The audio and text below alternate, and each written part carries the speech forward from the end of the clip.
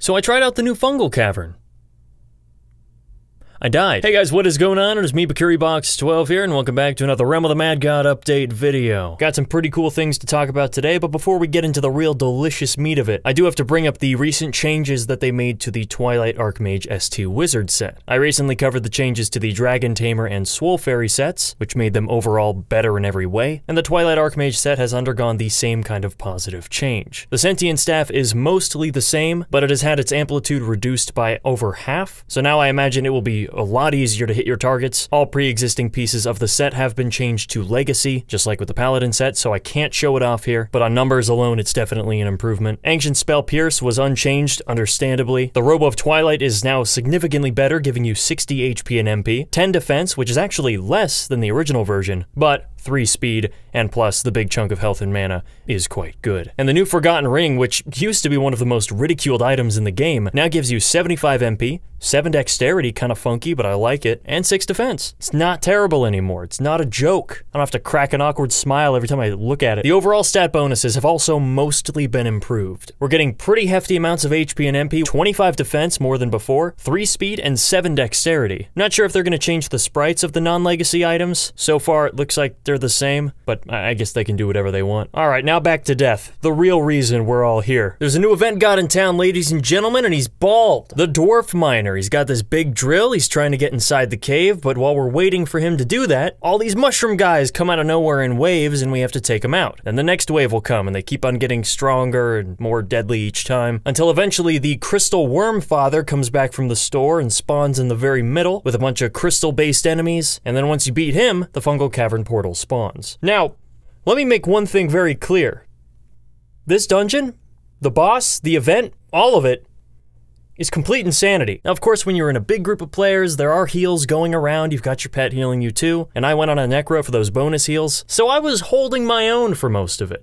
But, make no mistake, there's a lot of damage. The dungeon is broken up into this 4-way split, and you have to find and destroy all 25 cavern crystals within each area. Each time a section is cleared, the Dwarf Miner will tell you that the drill is 25% more complete, until eventually reaching 100%, and then he clears the way to the boss. Throughout the dungeon, you face a lot of the enemies that you fought in the event, although in a much larger amount on their home turf. They weren't too much of a problem in a big group, but I was taking quite a bit of damage. And the boss just cleaned my clock at the end. I think I made it pretty far, maybe about halfway through the fight. All was well, it was going pretty steady, but then one of the minions started doing this internally rotating spiral attack that was really fast, and I didn't catch on to it in time, so yeah. But all is well, because the items that drop from here are equally insane. From the event version of the Crystal Worm Father, we have the new poison called the Crystallized Fangs Venom, or totally not drugs. It costs 100 MP, 750 damage, and it inflicts armor broken upon all enemies that are hit by it for 3 seconds.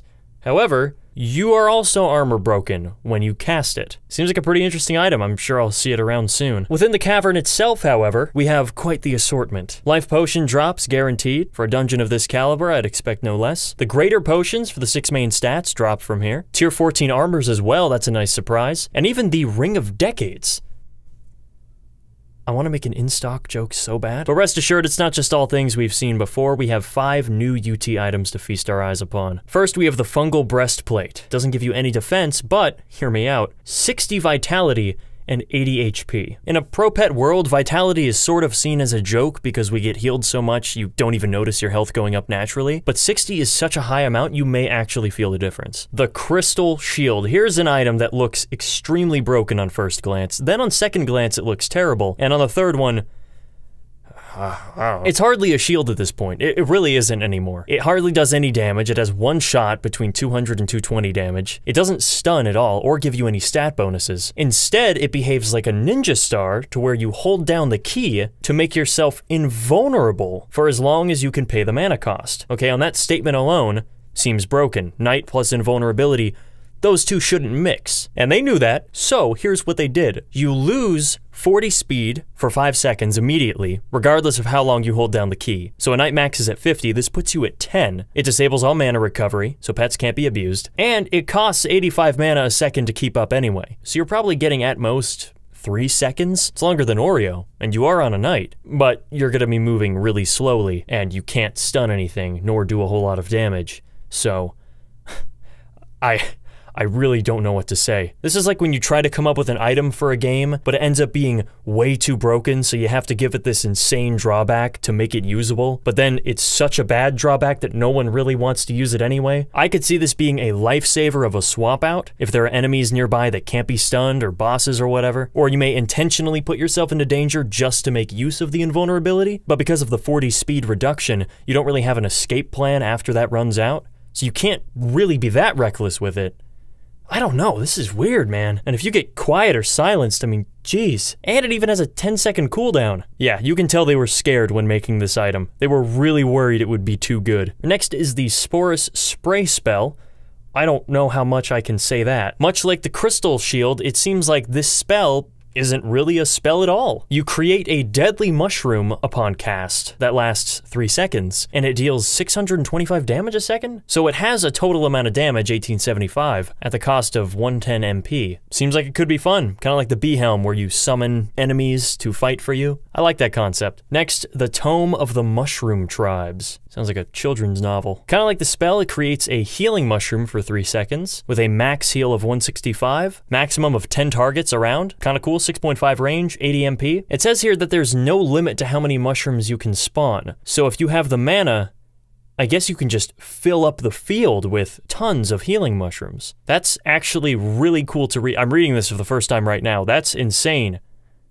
Whoa, you can have an army of mushrooms backing you up.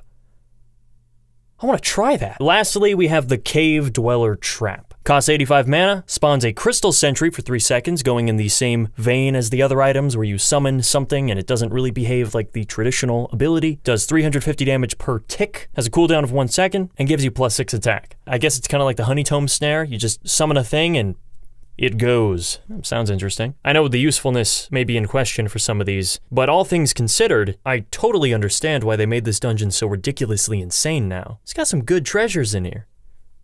I want them. That's really all the general information I know on the dungeon for now. I'm sure more will be unearthed very soon. Well, that's all I've got for you today. Thank you guys so much for watching, and as always, don't forget to check out the next episode whenever I post it, which will probably be soon. All right. See ya.